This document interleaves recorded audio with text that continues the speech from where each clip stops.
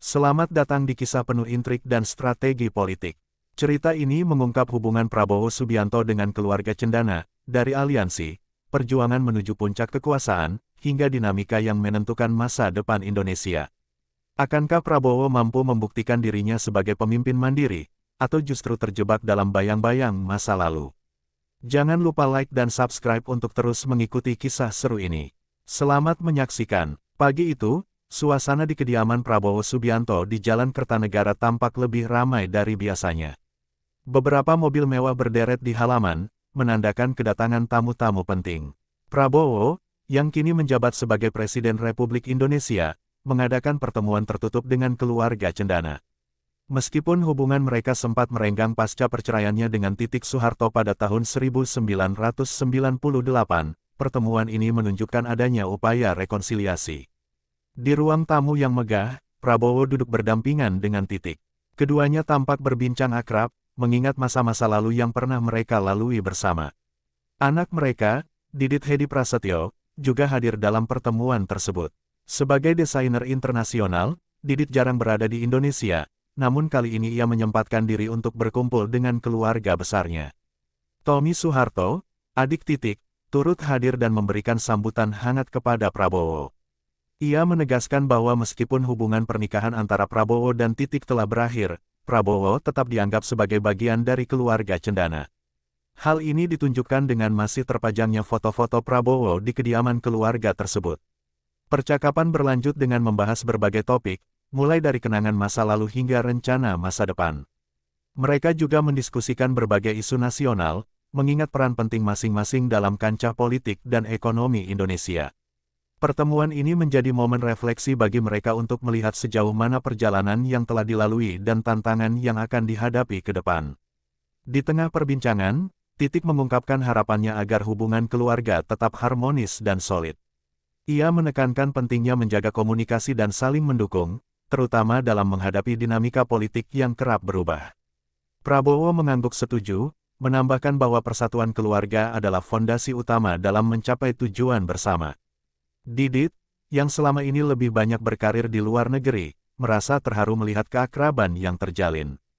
Ia menyadari betapa pentingnya peran keluarga dalam membentuk identitas dan memberikan dukungan emosional. Meskipun jarang bertemu, momen seperti ini memberinya energi positif untuk terus berkarya dan membawa nama baik keluarga. Tommy kemudian mengusulkan agar pertemuan semacam ini diadakan secara rutin. Ia percaya bahwa dengan berkumpul secara berkala, mereka dapat memperkuat ikatan dan membahas berbagai hal yang mungkin menjadi ganjalan. Semua yang hadir setuju dengan usulan tersebut, menandakan komitmen mereka untuk menjaga keharmonisan keluarga. Pertemuan di Kertanegara hari itu berakhir dengan foto bersama. Wajah-wajah yang tampak di foto tersebut memancarkan kebahagiaan dan harapan. Mereka menyadari bahwa meskipun banyak hal telah berubah, ikatan keluarga tetap menjadi sesuatu yang abadi dan harus dijaga. Setelah pertemuan usai, Prabowo merenung di ruang kerjanya. Ia merasa bersyukur atas momen kebersamaan yang baru saja terjadi. Baginya, dukungan dari keluarga, terutama keluarga Cendana, sangat berarti dalam menjalankan tugasnya sebagai pemimpin negara. Ia bertekad untuk menjaga hubungan ini dan memastikan bahwa kepentingan bersama selalu diutamakan. Di sisi lain, Titik juga merasakan hal yang sama. Ia berharap bahwa pertemuan ini menjadi awal dari babak baru dalam hubungan mereka. Meskipun jalan yang dilalui tidak selalu mulus, dengan niat baik dan komunikasi yang terbuka, ia yakin bahwa mereka dapat menghadapi segala tantangan yang ada. Malam itu, setelah pertemuan di Kertanegara, Prabowo duduk di teras rumahnya sambil menikmati secangkir teh hangat. Pikirannya melayang ke masa lalu, mengingat awal pertemuannya dengan Titik Soeharto. Pertemuan yang terjadi pada tahun 1983 itu menjadi awal dari perjalanan panjang yang penuh dengan suka dan duka.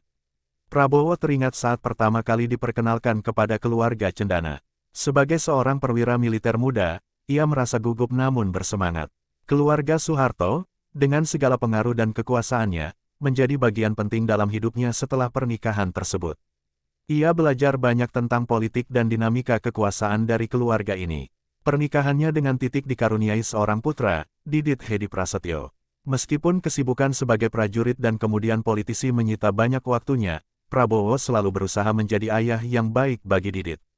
Ia bangga melihat putranya tumbuh menjadi pria dewasa yang sukses di bidangnya. Namun, tidak semua kenangan itu manis. Tahun 1998 menjadi titik balik dalam hidupnya. Krisis moneter yang melanda Indonesia, lengsernya Soeharto, dan perceraiannya dengan Titik menjadi rangkaian peristiwa yang mengubah arah hidupnya. Ia harus menghadapi berbagai tekanan dan tantangan yang tidak pernah ia bayangkan sebelumnya. Setelah perceraiannya dengan Titik, hubungan Prabowo dengan keluarga Cendana merenggang. Ia lebih banyak menghabiskan waktu di luar negeri, membangun bisnis dan menghindari hiruk-pikuk politik Indonesia. Namun, dalam hatinya, ia tetap menghormati keluarga yang pernah menjadi bagian dari hidupnya. Titik pun menjalani hidupnya dengan tetap setia pada perjuangan politik. Ia aktif di Partai Golkar dan beberapa kali menunjukkan dukungannya kepada Prabowo dalam pemilihan presiden. Meski hubungan mereka sebagai suami istri telah berakhir, keduanya tetap menjalin komunikasi, terutama dalam hal yang berkaitan dengan anak mereka, Didit. Didit, sebagai satu-satunya anak dari pernikahan mereka, menjadi jembatan yang menjaga hubungan Prabowo dan Titik tetap harmonis. Ia sering berpergian antara Indonesia dan Paris, tempat ia menjalankan bisnis fashionnya, namun selalu menyempatkan waktu untuk bertemu kedua orang tuanya. Dalam perenungannya malam itu, Prabowo sadar bahwa meskipun sejarah mencatat banyak perbedaan antara dirinya dan keluarga Cendana, ada satu hal yang tetap mengikat mereka, kepentingan bangsa.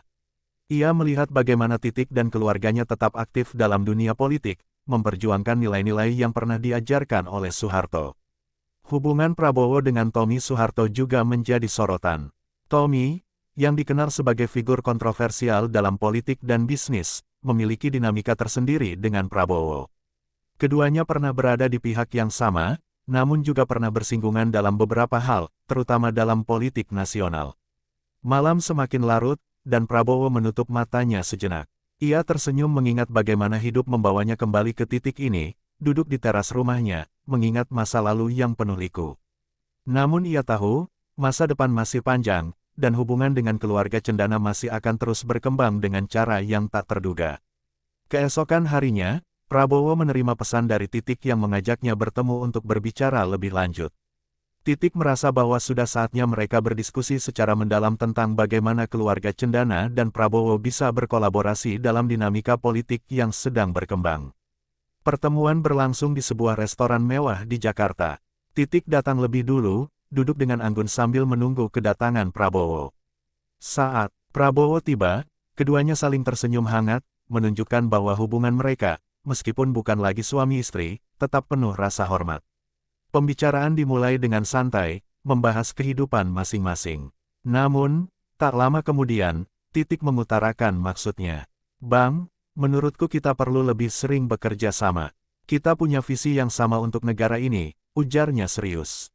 Prabowo mengangguk. Aku setuju, Tik. Politik selalu berubah, tapi kalau kita punya tujuan yang sama, seharusnya kita bisa menemukan jalan terbaik, balasnya. Titik kemudian membahas posisi keluarga Cendana dalam politik saat ini. Meskipun mereka masih memiliki pengaruh besar, banyak pihak yang mempertanyakan relevansi mereka di era baru. Kami butuh strategi yang lebih matang. Dan aku rasa, Bang Prabowo adalah orang yang tepat untuk merancangnya, katanya. Prabowo mengerti maksud Titik. Ia tahu bahwa nama Soeharto masih menjadi simbol kuat dalam politik Indonesia, tetapi juga memiliki tantangan tersendiri. Ia harus berhati-hati dalam mengambil langkah agar tidak menimbulkan kontroversi yang tidak perlu. Di sisi lain, Prabowo juga melihat peluang. Jika hubungan dengan keluarga Cendana bisa lebih diperkuat, maka dukungan politiknya akan semakin solid. Basis massa yang loyal kepada Soeharto masih ada, dan bisa menjadi aset berharga dalam kontestasi politik mendatang. Setelah berdiskusi panjang, mereka sepakat untuk lebih sering bertukar pikiran dan menyusun strategi bersama. Prabowo merasa bahwa ini bisa menjadi awal dari babak baru dalam hubungannya dengan keluarga Cendana, bukan hanya secara personal, tetapi juga dalam ranah politik. Saat pertemuan berakhir, Titik menatap Prabowo dengan tatapan penuh makna. Bagaimanapun, Bang, kita selalu punya ikatan. Aku ingin melihat bangsa ini maju, dan aku yakin Bang Prabowo bisa mewujudkannya. Prabowo tersenyum dan menjabat tangan Titik. Terima kasih, Tik. Aku akan melakukan yang terbaik. Untuk bangsa, dan untuk semua yang pernah kita perjuangkan bersama. Setelah pertemuan itu, Prabowo mulai merancang strategi baru dalam politiknya. Ia sadar bahwa hubungan dengan keluarga cendana bukan hanya soal sejarah pribadi, tetapi juga tentang kekuatan politik yang masih memiliki pengaruh besar. Sementara itu, Titik mulai menggerakkan jaringan lama yang masih loyal kepada keluarganya. Ia bertemu dengan sejumlah tokoh politik senior yang pernah bekerja di bawah kepemimpinan Soeharto, membahas bagaimana mereka bisa kembali memainkan peran dalam pemerintahan. Tommy Soeharto, yang selama ini lebih fokus pada bisnisnya, mulai menunjukkan ketertarikan untuk kembali aktif di dunia politik. Ia menghubungi beberapa kolega lamanya dan membahas kemungkinan membangun kembali kekuatan keluarga cendana dalam dunia politik modern. Prabowo menyadari bahwa kehadiran Tommy dalam strategi ini bisa menjadi pedang bermata dua. Di satu sisi, Tommy memiliki pengaruh yang besar, tetapi di sisi lain, ia juga memiliki sejarah yang kontroversial. Untuk menghindari gesekan yang tidak perlu, Prabowo mengatur pertemuan tertutup antara dirinya, Titik, dan Tommy. Dalam pertemuan itu, ia menegaskan bahwa jika mereka ingin bekerja sama, semuanya harus dilakukan dengan cara yang bersih dan sesuai dengan kepentingan bangsa. Tommy, yang selama ini dikenal sebagai figur yang keras, awalnya tampak skeptis. Namun, setelah diskusi panjang, ia setuju untuk mendukung Prabowo, asalkan kepentingan keluarga tetap terjaga. Titik, yang menjadi penengah dalam pertemuan itu, menegaskan bahwa tujuan mereka bukan hanya soal politik, tetapi juga tentang menjaga warisan keluarga Soeharto. Kita harus memastikan bahwa nama ayah tetap dihormati, bukan malah digunakan untuk kepentingan pribadi semata, katanya. Setelah mencapai kesepakatan, mereka mulai menyusun langkah konkret. Salah satu strategi utama adalah memperkuat jaringan loyalis di berbagai daerah, terutama di kantong-kantong pemilih yang masih memiliki nostalgia terhadap era Orde Baru. Prabowo juga mulai membuka komunikasi dengan beberapa partai politik lain yang memiliki kedekatan dengan keluarga cendana. Ia tahu bahwa dukungan politik yang solid akan menjadi kunci utama dalam memenangkan pertarungan politik di masa depan. Dengan strategi yang semakin matang, hubungan Prabowo dan keluarga cendana memasuki babak baru. Mereka tidak lagi hanya sekadar keluarga dengan sejarah panjang, tetapi juga menjadi aliansi politik yang siap menghadapi tantangan di masa depan. Tidak butuh waktu lama sebelum publik mulai menyadari adanya kedekatan kembali antara Prabowo dan keluarga cendana. Media mulai memberitakan pertemuan-pertemuan yang dilakukan secara tertutup, memunculkan berbagai spekulasi. Sebagian orang melihat ini sebagai upaya rekonsiliasi yang positif. Mereka percaya bahwa kolaborasi antara Prabowo dan keluarga cendana bisa membawa stabilitas politik yang lebih baik bagi Indonesia. Namun, tidak sedikit juga yang skeptis. Beberapa pengamat politik menganggap bahwa ini adalah langkah pragmatis semata, yang bertujuan untuk mengamankan kekuasaan tanpa benar-benar memikirkan kepentingan rakyat. Di media sosial, perdebatan semakin memanas. Para pendukung Prabowo menyambut baik kerjasama ini, sementara pihak oposisi menganggapnya sebagai langkah mundur yang menghidupkan kembali bayang-bayang Orde Baru. Titik, yang selama ini dikenal lebih tenang dalam menghadapi kritik, tetap teguh pada pendiriannya. Ia menganggap bahwa yang terpenting bukanlah opini publik saat ini, tetapi bagaimana mereka bisa membuktikan bahwa langkah ini akan membawa dampak positif bagi negara. Prabowo, yang sudah terbiasa dengan kritik, hanya tersenyum saat mendengar berbagai tuduhan yang diarahkan kepadanya. Ia tahu bahwa politik selalu penuh dengan dinamika, dan yang terpenting adalah tetap fokus pada tujuan utama. Tommy, di sisi lain, merasa gerah dengan berbagai tudingan yang muncul. Ia beberapa kali memberikan pernyataan keras kepada media, menegaskan bahwa keluarga cendana masih memiliki hak untuk terlibat dalam politik Indonesia. Melihat situasi ini, Prabowo memutuskan untuk mengambil pendekatan yang lebih tenang. Ia mulai melakukan serangkaian pertemuan dengan berbagai kelompok masyarakat, menjelaskan bahwa tujuannya adalah membawa stabilitas dan kemajuan bagi bangsa. Perlahan tapi pasti, narasi yang dibangun mulai mengubah opini publik. Banyak orang mulai melihat kerjasama ini sebagai sesuatu yang berpotensi membawa manfaat, bukan hanya sekadar aliansi politik yang pragmatis. Dengan semakin banyaknya dukungan yang mengalir, Prabowo dan keluarga cendana semakin yakin bahwa mereka berada di jalur yang benar. Langkah selanjutnya adalah memastikan bahwa strategi mereka bisa dieksekusi dengan baik dalam dinamika politik yang terus berubah. Seiring menguatnya aliansi antara Prabowo dan keluarga cendana, pihak oposisi mulai mengambil langkah untuk menghadang pengaruh mereka. Beberapa politisi dari kubu lawan mulai mengangkat kembali isu-isu lama yang terkait dengan Orde Baru dan keterlibatan keluarga Soeharto dalam politik masa lalu. Serangan media semakin gencar. Berbagai artikel dan opini mulai bermunculan, menyoroti kemungkinan kembalinya politik dinasti yang selama ini dikritik oleh banyak pihak. Mereka menuding Prabowo hanya memperkuat oligarki, bukan membangun demokrasi yang lebih baik. Tommy, yang selama ini menjadi figur paling kontroversial dalam keluarga Cendana, kembali menjadi target utama kritik. Isu-isu lama tentang kasus hukumnya diangkat kembali, seolah ingin menegaskan bahwa kehadiran keluarga Cendana dalam politik adalah ancaman bagi reformasi. Prabowo, meskipun sudah terbiasa dengan serangan politik, menyadari bahwa kali ini situasinya lebih kompleks. Ia tidak hanya harus membela dirinya sendiri, tetapi juga memastikan bahwa kerjasama dengan keluarga Cendana tidak merugikan citranya di mata publik. Yang lebih diplomatis dibandingkan Tommy, mencoba meredam situasi dengan pernyataan yang lebih bersahabat. Dalam beberapa wawancara, ia menegaskan bahwa tujuan utama mereka bukan untuk mengembalikan Orde Baru, melainkan untuk membangun pemerintahan yang stabil dan kuat. Sementara itu, beberapa politisi senior yang pernah bekerja di era Soeharto mulai angkat bicara, memberikan dukungan kepada Prabowo dan keluarga Cendana. Mereka berpendapat bahwa pengalaman dan jaringan lama masih bisa memberikan manfaat bagi Indonesia, terutama dalam menghadapi tantangan ekonomi dan geopolitik. Untuk meredam serangan politik, Prabowo mulai mendekati kelompok-kelompok muda yang selama ini skeptis terhadap kehadiran keluarga Cendana. Ia menggelar diskusi terbuka, membahas visi dan misinya, serta menegaskan komitmennya untuk tetap menjunjung tinggi nilai-nilai demokrasi. Perlahan, strategi ini mulai membuahkan hasil. Beberapa tokoh oposisi yang awalnya keras mengkritik, mulai melunak setelah melihat bahwa Prabowo tidak sekadar mengandalkan nama besar keluarga Cendana, tetapi benar-benar memiliki rencana konkret untuk memajukan negara. Namun, tantangan belum berakhir. Beberapa kelompok masih terus menggalang kampanye hitam, mencoba menggiring opini publik bahwa Prabowo dan keluarga Cendana hanya ingin menguasai politik demi kepentingan pribadi. Menyadari bahwa pertempuran politik ini belum selesai, Prabowo dan timnya semakin memperkuat strategi komunikasi mereka. Mereka tahu bahwa untuk memenangkan pertarungan ini, mereka harus membuktikan dengan tindakan nyata bahwa aliansi ini benar-benar bertujuan untuk kebaikan bangsa, bukan sekadar permainan kekuasaan. Tahun pemilu semakin dekat, dan suhu politik semakin memanas. Prabowo, yang kini semakin dekat dengan keluarga Cendana, mulai melakukan manuver strategis untuk memperkuat posisinya.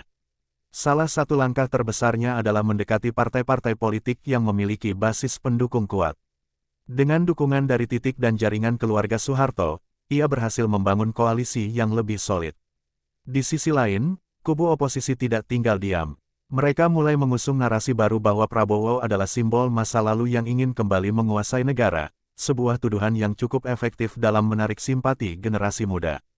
Untuk mengimbangi serangan ini, Prabowo mulai lebih aktif dalam kampanye digital. Ia mengandalkan tim media sosial yang kuat untuk membangun citra sebagai pemimpin yang modern, kuat, tetapi tetap memiliki akar sejarah yang kuat. Tommy Soeharto, yang masih memiliki pengaruh besar di kalangan pengusaha, mulai menggalang dukungan dari sektor bisnis. Ia meyakinkan para investor bahwa Prabowo adalah pilihan terbaik untuk menjaga stabilitas ekonomi. Sementara itu, Titik lebih fokus pada kampanye di daerah-daerah yang masih memiliki ikatan kuat dengan era Soeharto. Ia memanfaatkan jaringan lama untuk mengamankan dukungan di basis-basis pemilih tradisional. Publik mulai terbelah. Di satu sisi, banyak yang melihat Prabowo sebagai sosok yang berpengalaman dan memiliki visi besar. Namun, di sisi lain, tidak sedikit yang masih meragukan kedekatannya dengan keluarga Cendana. Dalam debat-debat politik, Prabowo mulai lebih tegas menegaskan posisinya. Ia tidak menolak masa lalu, tetapi ia juga menegaskan bahwa ia bukan bagian dari sistem lama yang hanya ingin mempertahankan status quo. Strategi ini cukup berhasil. Perlahan, elektabilitasnya mulai naik, dan banyak pihak mulai mempertimbangkan bahwa Prabowo bisa menjadi pemimpin yang mampu menyatukan berbagai kelompok kepentingan. Namun, tantangan terbesar masih ada di depan. Lawan-lawan politiknya terus mencari cara untuk menjatuhkannya, dan Prabowo tahu bahwa perjuangan ini belum selesai. Ia harus memastikan bahwa setiap langkahnya dihitung dengan matang, agar tidak terjebak dalam jebakan politik yang bisa menghancurkan peluangnya. Hari pemilu semakin dekat, dan suasana politik di Indonesia mencapai puncaknya. Prabowo dan timnya bekerja keras untuk memastikan bahwa strategi mereka berjalan dengan baik. Sementara itu, lawan politiknya semakin gencar menyerang, mencoba menggoyahkan dukungan yang telah ia bangun. Di tengah kampanye yang semakin panas, Prabowo mengadakan pertemuan tertutup dengan keluarga cendana. Ia ingin memastikan bahwa mereka tetap solid dan tidak membuat langkah yang bisa merugikan citranya. Titik dan Tommy menyatakan kesiapan mereka untuk mendukungnya hingga akhir. Sementara itu, media terus memainkan perannya dalam membentuk opini publik. Beberapa media mendukung Prabowo, menyoroti pengalamannya dan kedekatannya dengan keluarga Soeharto sebagai nilai positif. Namun, media lain terus mengkritik dan memperingatkan potensi kembalinya politik lama jika ia menang. Dalam debat terakhir sebelum pemilu, Prabowo menunjukkan sisi terbaiknya. Ia berbicara dengan penuh keyakinan, menekankan visi dan misinya untuk membangun Indonesia yang lebih kuat. Ia juga berhasil menjawab tuduhan tentang hubungannya dengan keluarga cendana, menegaskan bahwa ia berjuang untuk kepentingan rakyat, bukan kelompok tertentu. Di sisi lain, oposisi semakin agresif dalam kampanye negatif mereka. Mereka menggunakan berbagai cara untuk merusak citra Prabowo, termasuk mengangkat kembali isu-isu lama yang melibatkan keluarga Soeharto. Titik berusaha meredam situasi dengan cara yang lebih elegan. Dalam beberapa wawancara, ia menekankan bahwa keluarganya tidak mencari kekuasaan, tetapi hanya ingin memastikan bahwa kepemimpinan negara berada di tangan yang tepat. Tommy, meskipun lebih kontroversial, juga memainkan perannya. Ia mendekati kelompok-kelompok bisnis dan meyakinkan mereka bahwa kepemimpinan Prabowo akan membawa stabilitas ekonomi, sesuatu yang sangat dibutuhkan di tengah ketidakpastian global. Di hari-hari terakhir sebelum pemilu, Prabowo melakukan kampanye besar-besaran. Ia mengunjungi berbagai daerah, bertemu langsung dengan rakyat, dan menyampaikan pesan bahwa ia adalah pemimpin yang siap membawa perubahan nyata. Publik semakin terbagi. Ada yang percaya bahwa Prabowo adalah pemimpin yang kuat dan berpengalaman, tetapi ada juga yang khawatir dengan bayang-bayang keluarga cendana di belakangnya. Akhirnya, hari pemilu pun tiba. Seluruh negeri menunggu dengan tegang hasilnya. Prabowo dan keluarga cendana menunggu di markas mereka, menyaksikan perkembangan hasil hitung cepat yang akan menentukan nasib mereka dalam politik Indonesia. Hitung cepat mulai keluar, dan hasilnya menunjukkan persaingan yang sangat ketat. Prabowo unggul di beberapa daerah, tetapi lawannya juga memiliki basis dukungan yang kuat. Malam itu menjadi momen penuh ketegangan. Para pendukung Prabowo berkumpul di markas besar mereka, menunggu hasil akhir dengan penuh harapan. Di sisi lain, lawan politiknya juga bersiap untuk mengklaim kemenangan jika hasil berpihak kepada mereka. Setelah beberapa jam yang menegangkan, hasil resmi diumumkan. Prabowo berhasil memenangkan pemilu dengan selisih suara yang tipis, memastikan bahwa ia akan menjadi pemimpin Indonesia selanjutnya. Suasana di markas Prabowo meledak dengan sorak-sorai kemenangan. Titik tersenyum bangga, sementara Tommy terlihat puas dengan hasil yang mereka capai. Keluarga cendana kembali mendapatkan pengaruh dalam politik Indonesia. Namun, kemenangan ini bukan tanpa tantangan. Oposisi langsung mengajukan gugatan, menuduh adanya kecurangan dalam pemilu. Mereka berusaha menggoyahkan legitimasi kemenangan Prabowo. Prabowo menanggapi dengan tenang. Ia meminta para pendukungnya untuk tetap sabar dan tidak terprovokasi. Ia tahu bahwa kemenangan sejati bukan hanya tentang memenangkan pemilu, tetapi juga membuktikan bahwa ia bisa memimpin dengan adil dan bijaksana. Titik berperan besar dalam menenangkan situasi. Ia menggunakan pengaruhnya untuk meredam ketegangan dan memastikan bahwa transisi kekuasaan berjalan dengan lancar. Tommy, di sisi lain, mulai mempersiapkan langkah-langkah untuk memastikan bahwa keluarga cendana tetap memiliki peran dalam pemerintahan baru. Ia bertemu dengan berbagai tokoh bisnis dan politik untuk menyusun strategi ke depan. Sementara itu, rakyat Indonesia mulai menaruh harapan besar pada Prabowo. Mereka ingin melihat apakah ia benar-benar akan membawa perubahan, atau justru terjebak dalam permainan politik lama. Prabowo menyadari bahwa tantangan terbesar masih ada di depan. Ia harus membuktikan bahwa kemenangan ini bukan hanya kemenangan politik, tetapi juga awal dari era baru bagi Indonesia. Setelah resmi dilantik, Prabowo mulai menjalankan pemerintahannya dengan penuh kehati-hatian. Ia tahu bahwa semua mata tertuju padanya, menunggu apakah ia akan menjadi pemimpin yang berbeda atau hanya mengulang pola lama. Titik tetap berada di belakang layar, memberikan dukungan moral dan politik kepada Prabowo. Ia tidak mengambil peran resmi dalam pemerintahan, tetapi tetap menjadi sosok yang berpengaruh.